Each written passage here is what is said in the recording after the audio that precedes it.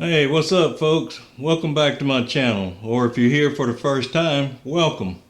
If you like the content on this channel, please take a moment to subscribe and don't forget to hit that notification bell. Let me ask you something. Are you and your family feeling the effects of inflation? And I don't mean just at the gas pump either. I'm talking about rising prices in a number of areas that affect our everyday lives. What adjustments have you already made because of higher prices? What adjustments will you need to make if this trend continues? Have you thought about that? Well, the adjustments you make or will need to make depend on how inflation will affect you. When you hear talk about inflation on the news or when you read about it on social media or other platforms, they make it sound like it affects everyone the same way. Well, the fact is, that's just not true. Rising prices in one area may have minimal effect on some, and at the same time it could be devastating to others. So let's talk about what we're seeing right now and how it may or may not affect you. But I also want to talk about what you can do to minimize the effects of inflation on you and your family. First, let's take a look at a few of the numbers. As of June 30th, 2021, the U.S. inflation rate stood at 5.39%. Just as a point of reference, the Federal Reserve would like to keep inflation at around 2%. So does that mean that everything we pay for in the U.S. went up by 5.39%? No, it doesn't, and that's why just hearing an inflation number without context can be both confusing and misleading. Now, I'm not going to bore you with a bunch of calculations, but just know that in the U.S. we use the Consumer Price Index to measure inflation, and the Consumer Price Index gives different weights to different categories of our spending. For instance, we look at food as a major category, but food is also broken down into food at home, which would be our groceries, and food away from home, which would be dining out and fast food. And if we break down our groceries a little farther, we will see that meats, poultry, fish, and eggs are up by less than 1%, but fruits and vegetables are up by over 3%. By the same token, if we break down our spending on food away from home, we would see that the full service meals, meaning dining out in restaurants, those prices have gone up by a little over 4%, but limited service meals, meaning fast food and takeout, has gone up by 6.2%. Now, gasoline prices are up by around 45%, but we're kind of used to wild swings in gasoline prices. Have you seen what automobile prices are doing lately? New car prices are up by 5.3%, but used car prices are up by about 45%. This one may be worthy of a little more discussion. If you are in the market for a new car and you have a used car that you would normally trade in, you may want to consider selling your old car yourself rather than trading it in. You're likely to get a better price than you would from the dealership. I personally have sold several cars on Craigslist, and I always get a better price than the KBB trade-in value. Now, I also usually take the proceeds from that sale and combine it with profits I've made in the stock market or other investments and use the combination to pay cash for my replacement vehicle. I also don't buy new cars, but that's a different lesson for a different day. And what about housing prices? It's hard to even get an accurate inflation number for the housing market because the numbers vary widely from location to location.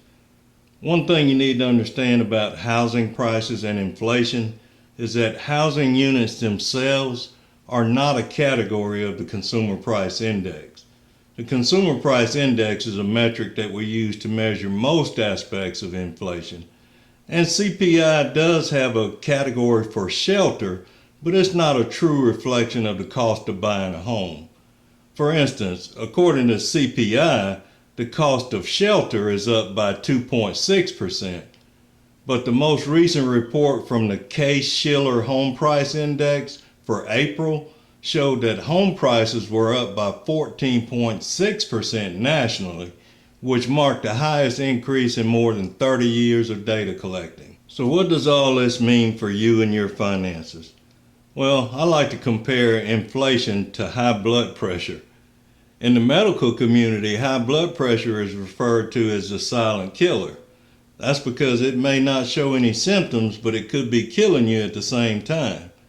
And just like high blood pressure puts you at an increased risk for heart disease, heart failure, stroke, and other potentially fatal complications, inflation, if left unchecked or if misunderstood or not recognized, can have devastating effects on your finances. Just like everything else that I try to teach on this channel, coping with inflation starts up here, with how you think and behave when it comes to managing your money. You see, normally we don't really think about inflation, we just react to it. I mean, we've gotten so used to fluctuating gas prices, for instance, that we don't even have to think about what we're going to do when gas prices go up, right? We already know we're going to reduce our driving wherever possible, and we've done it so much that we don't have to think about it. It has become a learned behavior. Well, we need to apply the same kind of thinking when it comes to other areas of our finance so that inflation doesn't fatally injure our other financial plans. I mentioned automobiles earlier and the fact that used car prices are up considerably compared to new car price increases. If you do things the way you've always done them, you will probably trade in your old car and accept whatever the dealer is willing to give you. But if you behave like an informed consumer who has recognized that there's a higher demand for used cars currently, which has driven their value higher than what may be currently reflected in Kelley Blue Book, then you would use that knowledge to your advantage and sell your car yourself and get a better price than what the dealership is offering you. Now, I understand that may not be as easy as it sounds for some people, especially if that's your only form of transportation. But with a little bit of planning, you can still do it. The beauty of this process is twofold. First, because you get more for your vehicle by selling it yourself, now you can make a larger down payment. Secondly, since you're able to make a larger down payment, you will pay less in interest on the new car. And actually, there's a third component. If you take the difference in monthly payments and add it to your retirement savings, or start a retirement saving, you will be better prepared to handle future inflation. And while we're talking about retirement, I want to go back to the comparison I made about high blood pressure and inflation both being silent killers. If you simply react to inflation rather than adjusting your behaviors to compensate for inflation, you could be shortening the life expectancy of your retirement nest egg. Let's say your cost of living has gone up, but your income has not. Your reaction to that might be to cut back on your retirement savings in order to maintain your current lifestyle. Or perhaps you were planning to increase your contribution, but because prices have gone up, your reaction is to not increase those contributions. When you factor in the value of compounding over time, that reaction can cost you dearly. Perhaps a better strategy would be to adjust your spending behaviors in order to keep your retirement plans on track. Hey, we all like to take vacations, right?